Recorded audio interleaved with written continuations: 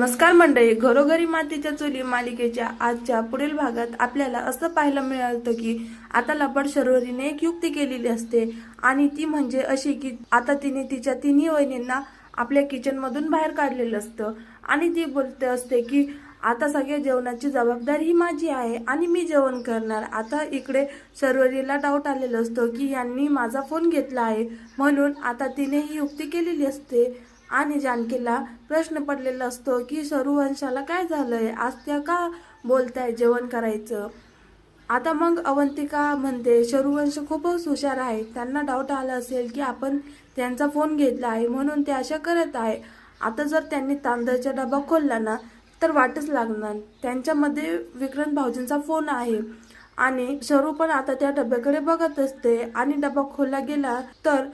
तुम्हाला काय वाटतं, शर्वरी डबा खोलून तो फोन घेईल का?